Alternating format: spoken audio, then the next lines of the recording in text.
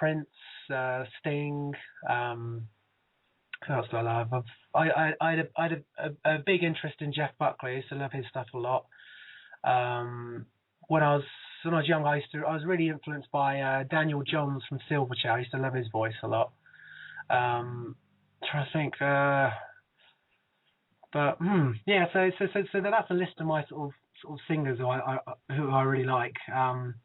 Well, for the ones that are alive, we can send the podcast to, and maybe they'll ring you up and say, okay, let's do a duet. yeah. You never know. You know, it doesn't hurt to try. All you can get is a yes or a no, and that's it. So, and then you move on and you do what you do.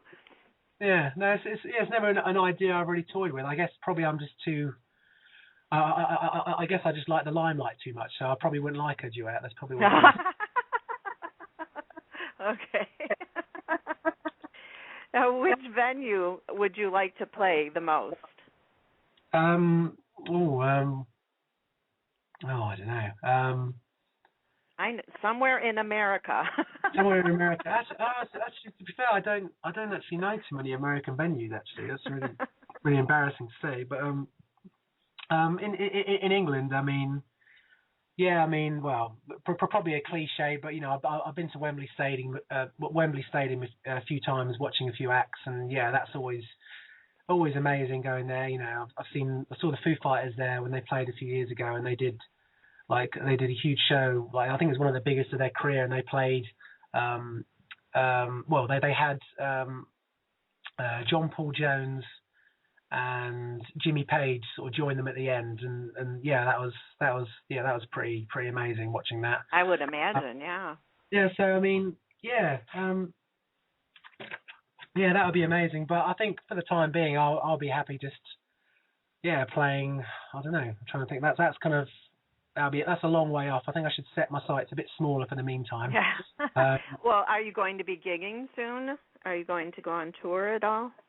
Yeah, I mean, yeah, I haven't really planned anything yet because I'm if I plan too much, and I know I just kind of because let me think because I think last year and the year before I was doing a good few gigs, but I just found that I wasn't sort of I was sort of spreading myself too thin, because right.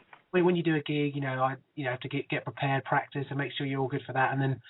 I was finding I wasn't leaving enough time to sort of just get my new stuff done, and like playing gigs, I could play more gigs now, but I've only got my sort of Foreward album to promote, and that's a few years old now, and I'm just really just wanting some new fresh some new fresh stuff to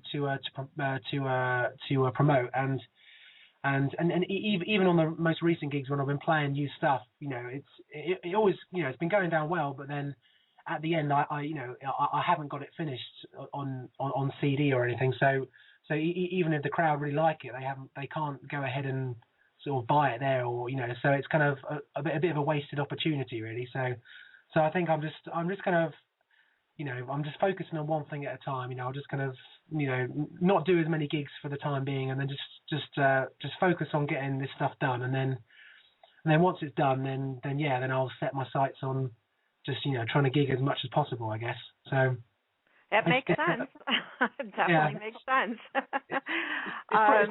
It's probably not the best strategy because I guess right. A lot of artists kind of they keep the ball rolling by they have a new tune out, and then they'll gig it, and they'll keep on releasing new stuff all the time. Whereas me, there's been a bit of a backlog of sort of not releasing stuff just because I haven't finished it, and it's kind of it's been a bit of a while now. So I think I just need to sort of just really focus and get it done, and then I'll start start playing more, and then hopefully at that point I can have a better strategy and sort of keep things going at a more of a regular pace, I think. Right. No, like I said, that makes sense. I mean, I'm sure all musicians think that way. They don't just write one song and then go out gigging. They want to have, a bunch of songs to go out there with. Now, what advice would you give a new singer that's starting out? What as sort of in terms of what career, or just sort of technique, or what do you mean? Sort of? Well, like they've written a bunch of songs and they're ready to go out playing. What advice would you give them? Let me think. It depends on the situation. I think, I think, well, if they're new to it, then I think what helped me, because I think I've been sort of making demos and sort of recording and recording myself and stuff, but there was a good sort of period where I kind of sing a little bit at home, but I didn't do a lot of gigs sort of singing. So I think for me what's helped me a lot in the last few years is I kind of just started going to lots of open mic nights where there wasn't really too much pressure, and I'd just start singing there, and then and sort of through doing that I kind of just got a bit more confidence with my voice, and another thing that about open mic nights is normally it's not with a full band, it's like acoustic and stuff, and because what I found before, like I sort of started gigging and singing with a band, but it's quite hard to sing with a band if you're not used to it, because like they're obviously really loud, and you find instantly that you sort of strain your voice a bit to try and keep up with a loud band, especially with sort of rock music. And so yeah, that was always a big problem, and with gigs, it's always a nightmare trying to hear yourself with monitors and stuff. So in fact, yeah, one bit of advice for a singer with a band is, they can be quite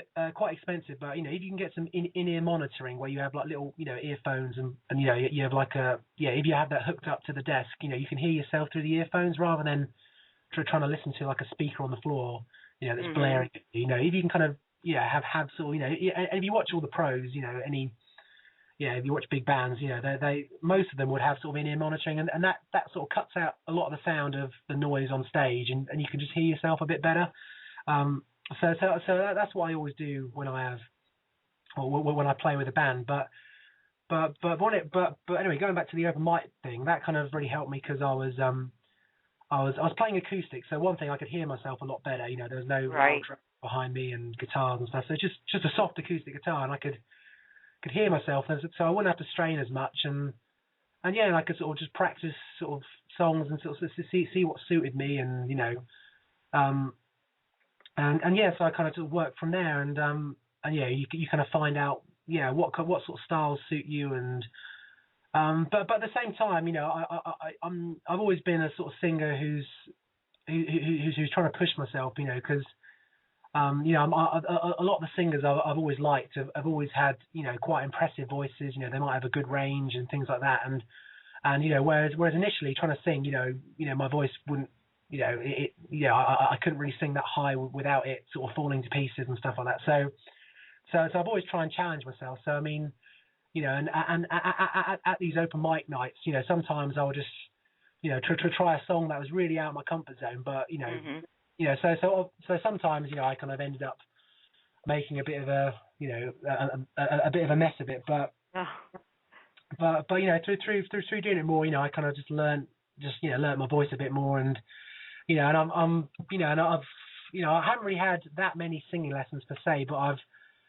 kind of I've bought sort of self-help courses. Like there's actually an American sort of singing coach called Brett Manning, who's like he's a singing coach to a lot of the stars. I think he's taught Hayley Williams from Paramore, and he's taught a few other really big singers, and like he's got like a set of sort of CDs where you can kind of like learn a few techniques to sort of help you with your range and control and stuff. So well, that's good to know. I think that's great advice. Yeah, I mean, it's there's lots of technique things you can do to help yourself and not sort of strain and stuff. So that's the main thing, because if you do strain, you'll find you might get through the gig, but the next day your voice will be gone, and you won't be able to do another gig or anything. So and you may just have a gig the next day too, so that wouldn't be good. Yeah, exactly. Well, we're getting to the top of the hour, and I'd like our listeners to know where they can hear your music. I would assume you have some on your website, which I've been on there, and then you have Reverb Nation as well. So under Reverb Nation, you're under Michael Lee UK. Yeah. And then your website is michaelleemusic.co.uk. Yeah. So michaellee.co.uk. Yeah, so if you go on the site, that's got a lot of links to everywhere. You know, I've got a Facebook page. I've got Twitter. Yeah, Reverb Nation. I've got stuff on Spotify as well. Did you guys have Spotify? I think you do now, don't Yes. you? Yes. So I've got some stuff on there, but actually, it's annoying because on Spotify, there's actually quite a few different Michael Lees, which is a bit annoying. You know, I've got quite a common name, so you just have to kind of find which one is me. You know, I've got New State of Mind on there, and I've got Face Forward, and any of the other stuff, just ignore. That's no, you can listen to it, but it's not me doing the other stuff. Yeah. Well, I find that if I put in Michael Lee UK, then I find you easier that way. Yeah. I think I've got a few things under UK. My Reverb Nation has that. I've got I think I got MySpace under Michael Lee UK as well. I think I started using that because I used to try and have Michael Lee as my profile, but it was always taken, so I had to just find some other way of doing it. So I just put UK at the end, which is a bit annoying. So I don't know. So who knows? I might end up changing my name at some point. I might have a stage name, but no, your name is nice and easy for people to remember. So that's a good thing. Yeah, it's just common though. That's the trouble. But yeah. Well, on Twitter, you're at Mike Lee Music, and I think we'll bring that to a close now. I want to thank you so much for joining me today, and sorry about the mess up in the beginning with Skype. I don't know what was going on there, but I'm glad we got connected, and I look forward to a lot more music from you. That's great. So so thanks for having me. And actually, while I'm on air, I'd say a big I'll give a quick word out to Claire if she's listening. I think she's listening now, so I'll just say hi, Claire. How you doing? That's my girlfriend. So Oh, I'm sure she'll be happy you said that. Then you remembered her. That's important with women. Well, thanks again, Michael, and you have a wonderful evening because I know in the UK it's evening time now. Yeah, it is. Yeah, I'll just I think I'm going to chill out now and watch a bit of TV. But yeah. All right, thanks again, and we'll chat again soon. Okay, so thanks for having me. Thanks again. You're welcome. Bye-bye. Okay, bye.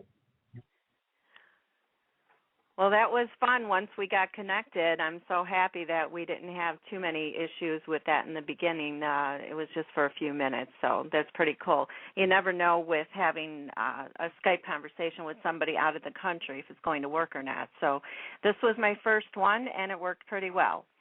Remember to give Mike a shout-out on Twitter at Mike Lee Music. If you enjoyed listening to him today and you enjoy his music, check out his music on Michael Lee, let me go back and look at my notes again so I don't give out the wrong one, michaelleemusic.co.uk. And thanks, Mel, for setting it up. I appreciate it. Everybody join me on Monday for an hour of indie music from around the world. And then also on Wednesday, another hour of music, unless I confirm one of my interviews that I might be having. On Friday the 12th, I will be interviewing The Hush. Jasmine and Lee will be with me at 3 p.m. Eastern Time. And until then, everybody enjoy their weekend. Stay safe. God bless. And we'll chat again soon.